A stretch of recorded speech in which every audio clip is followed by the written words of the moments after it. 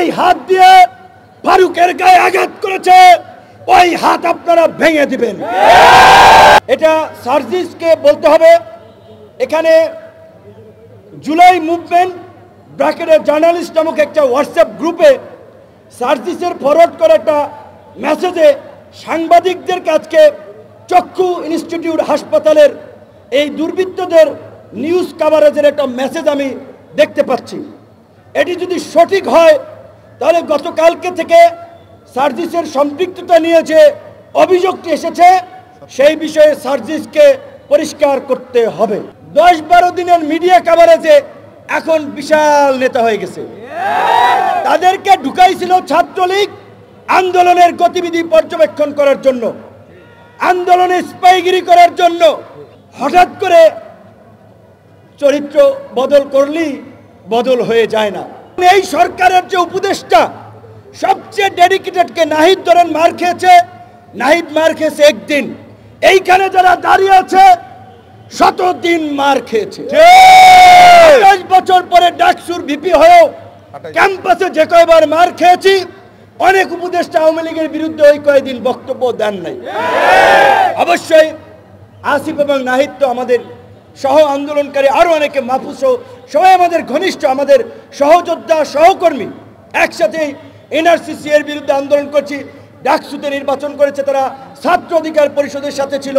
আমি যা শুধু বললাম এই কারণে যে এখানে কয়েকজন এই আন্দোলনের যারা ফ্রন্ট ফেজে ছিল তাদের ডেডিকেশন আছে, ত্যাগ আছে, আর কিছু হচ্ছে মৌসুমী নেতা।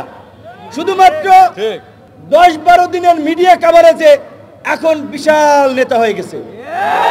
তাদেরকে ঢুকাইছিল ছাত্রলীগ আন্দোলনের গতিবিধি পর্যবেক্ষণ করার জন্য, আন্দোলনে স্পাইগিরি করার জন্য। 18 জুলাই যখন কথা বলি যে ভাই এক দফার বিকল্প নাই, এক দফা ছাড়া এই জাতির মুক্তি নাই, হাসিনা পিশাচ হয়ে গেছে, হাসিনার পতন ব্যতীত আমাদের মুক্তি নাই, প্রত্যেককে জেলে যেতে হবে, তখন বলে ভাই আমরা তো এক দফার জন্য আন্দোলন করি নাই, এটা কি উচিত হবে? এরকম এখন দুই একজন ব্যাপক বিপ্লবী হয়ে গেছে, অথচ ফুল ছাত্রলীগের এজেন্ট হিসেবে এখন যাই হোক সোশ্যাল মিডিয়ার কারণে ব্যাপক পপুলারিটি হয়েছে, সেলিব্রিটি বনে গিয়েছে, কিন্তু তাদের পেছন দিকে একটু তাকাতে হবে। হঠাৎ করে চরিত্র বদল করলেই বদল হয়ে যায় না। তো গতকালকে এই আহতদের এবং বিশেষ করে হামলায় ফারুককে যারা আহত করেছে, আহতদের ব্যানারে এসে, আমি জানি না, এটা সার্জিসকে বলতে হবে। এখানে জুলাই মুভমেন্ট ব্র্যাকেটের জার্নালিস্ট নামক একটা হোয়াটসঅ্যাপ গ্রুপে সার্জিসের ফরওয়ার্ড করা একটা মেসেজে সাংবাদিকদের কাছে চক্ষু ইনস্টিটিউট হাসপাতালের এই দুর্বৃত্তদের নিউজ কাভারেজের একটা মেসেজ আমি দেখতে পাচ্ছি। এটি যদি সঠিক হয় তাহলে গতকালকে থেকে সার্জিসের সম্পৃক্ততা নিয়ে যে অভিযোগটি এসেছে সেই বিষয়ে সার্জিসকে পরিষ্কার করতে হবে। যেহেতু আহতদের চিকিৎসার জন্য, ক্ষতিপূরণ দেওয়ার জন্য জুলাই ফাউন্ডেশন গঠন করেছে, সেটার তিনি দায়িত্বে আছেন, তাহলে তার সাথে এদের একটা সম্পৃক্ততা স্বাভাবিকভাবে আছে। এখন এই হামলায় আছে কিনা সেইটা আমরা জানি না। আমি পরিষ্কারভাবে আমাদের নেতা কর্মীদেরকে বলে দিতে চাই, ধৈর্যের সীমা ছাড়িয়ে গেছে, সহ্যের বাঁধ ভেঙে গেছে।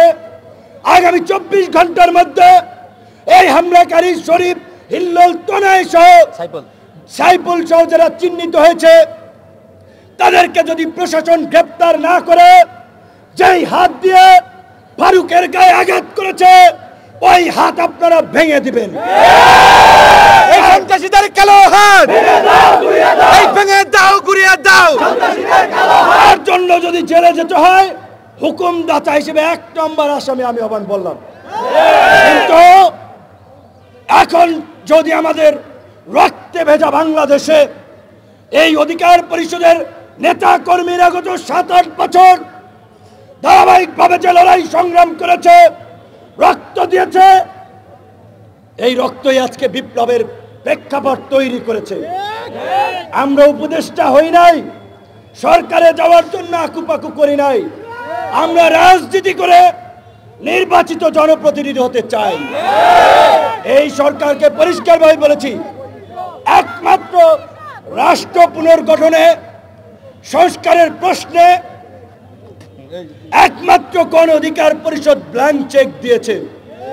আপনাদের যতদিন লাগে ক্ষমতায় থাকেন, আল্লাহর হস্তে এই যে আমাদের মধ্যে জুলাই বিপ্লবকে কেন্দ্র করে যে জাতীয় ঐক্য এবং সংহতি তৈরি হয়েছে, সেটার দিকে নজর দিয়ে সকলের মতামত নিয়ে রাষ্ট্র সংস্কার করুন।